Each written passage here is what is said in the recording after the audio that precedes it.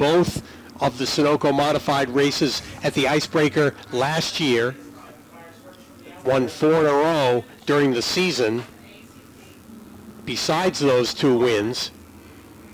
And of course the Sunoco mods will be back here next Saturday too. Here they come for the start. Green flag. And Puleo gets the jump as they go down into turn 1. I can see this being a great battle between these top 3. As they come off turn number 2, it is Puleo with the early edge. 3 car links up on Todd Owen. Keith Rocco in the 09 is right there as they dive to the bottom of turn number 3. Rocco knows that the car can just fit in between like that, and he makes his patented move. The dive bomb down into turn number 3 and sweeps past Owen to take the second spot. Yeah, but he's lost a lot of ground to Puleo. He's going to have to close in as they come down into turn number 3. 6-7 car length gap for Puleo out front. The Mr. Rooter Plumbing. Number 7 leads the charge off of turn number 4. Owen trying to get back underneath Rocco in that race for second. You wonder, Pete, now, does Todd Owen say, well, I'm going to see if Keith can close in on him, and I'll stay behind him, because once they start battling side by side, Puleo's going to get further and further away as they go down to turn 3. He's not thinking that, apparently. Slides up to second. Rocco crosses him over, and they go side by side back across the line. We could very well see these guys do that about a dozen times if they do it over and over again, particularly Owen and Rocco, the way they battle each other. We shall see. But that Owen in second place move didn't last all that long as he's trying to mount a charge this time out of turn 4 on the inside. Down into 1 and 2, they go side by side there for second. Owen with the advantage as they come off turn 2. Puleo leads. Opened it up a little bit more down the back straightaway. Good run early for Danny Cates, not far behind Owen and Rocco. There's the white number 2. Right there in the 4th position. 5th is Rob Summers. Nate Wenzel is in 6th behind him as they come across the stripe. But right now they are all chasing that Mr. Rooter Plumbing number 7 of John Puleo. Yeah, and he has gotten himself out to almost a 1-second lead over Todd Owen as they cross the stripe. Owen was able to close in by about a 10th on that lap. But if you look at those top 3, they were, with the exception of one driver, they were the only winners in the Thompson-Sunoco Modifieds last year. The one winner that's not here this weekend, Isaiah Newcomb, was a winner back in June, but otherwise it was Puleo, Rocco, and Todd Owen winning all of the Thompson-Sunoco Modified main events here last year. We mentioned Puleo won both of the Sunoco Modified features at the Icebreaker. Todd Owen won both of them at the World Series, and in between, Rocco won in June. Puleo won 4 in a row, July, 2 in August, and in September, not to mention the 2 that he won at the Icebreaker. So they are the class of the field. And speaking of that, just like that, trouble on the backstretch. Oh, Owen goes around into the inside wall. I did not see what happened there. The SK Lights also on the racetrack next week. So definitely come on out and see the second portion of the Icebreaker here, split up to next week. Pace car pulls out of the infield. Puleo's on the outside. He is the control car for the restart. He steps on the throttle. Green flag is out. Rob Summers pulls down. Something is going to miss on the number 99 as they go through turns 1 and 2. Puleo back to the lead. Now Cates with some competition. Up on the outside goes the 03 of Nate Wenzel. Wenzel's able to get around Cates. Look at Todd Owen and Keith Rocco already. Owen, all kinds of squirrely out of turn number 4, gathers it back up. But they are already slicing their way through the field. Yeah, they're racing at the bottom of the top 5. Rob Summers trying to limp back to the pit area in the 99. Something went wrong on the start there. Looks like he's going to make it on the pit road as the field comes through 3 and 4. Battle for second. Wenzel to the outside. To the bottom is Danny Cates. They come off turn number 4. And Wenzel with the position across the line. Look behind them. Todd Owen back up to 4th. With the fresh left rear tire. Meanwhile, for second, Wenzel crosses over. He's back to the bottom on Cates for that position. Yeah, going to try and take that spot away while they're racing side by side. 2 guys chomping at the bit to get around him right behind.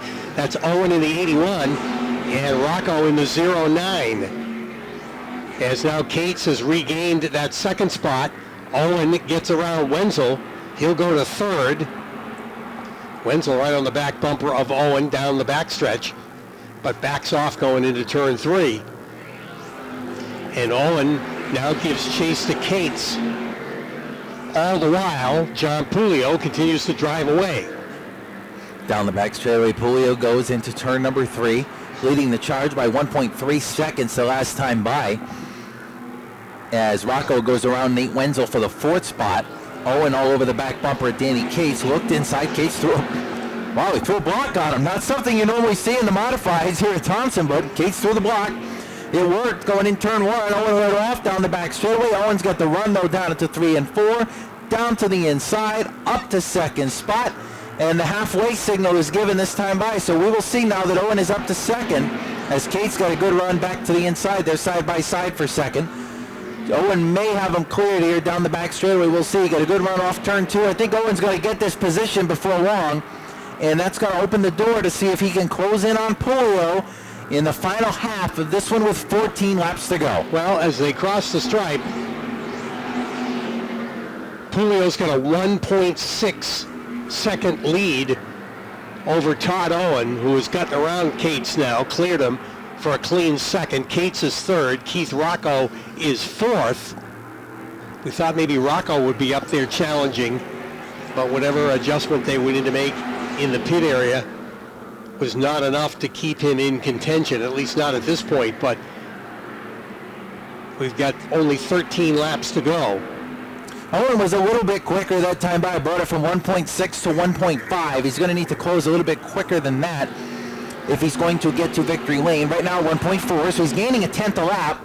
That's not quite enough to close all the way there right now with just 12 laps to go, but he is trying his best here as Cates runs third, Rocco fourth, Wenzel is in fifth, Corey Plummer is in sixth, not too far behind Wenzel as he looks to the inside there. Nice battle going on at the bottom of the top 5. Owen 1.3, closes another tenth that time by, so Todd Owen closing the gap here, 10 laps to go. He's probably 15 car lengths behind John Pulio for the lead as they go down through 3 and 4. Watching Wenzel in the 03, Corey Plummer in the 95. They're duking it out a little bit further back. That is the race just at the top 5. Wenzel is 5th and Plummer is 6th. There's Wenzel. Plummer in the 95. And Zach Sangermano in the 47. That's the race for 5th, 6th, and 7th. Pretty good battle going on. And there goes Sangamano on the outside in the 47. I tell you, Pete, what seemed like an insurmountable gap is no longer insurmountable. Todd Owen is closed from 1.7. He's got it under a second now, maybe 10 car lengths back. Closing the gap with 8 laps to go.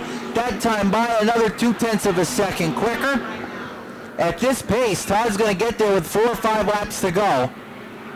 And you wonder if Pulio saved a little bit and is just kind of riding here, letting him close in. I don't know, though. Owen is really ripping around this track here with 7 laps to go. And Pulio has gone to the whip and said, we got to get out of here, because not only can he see him in the mirror, I'm sure he's getting the word from his spotter, too, that Owen is coming.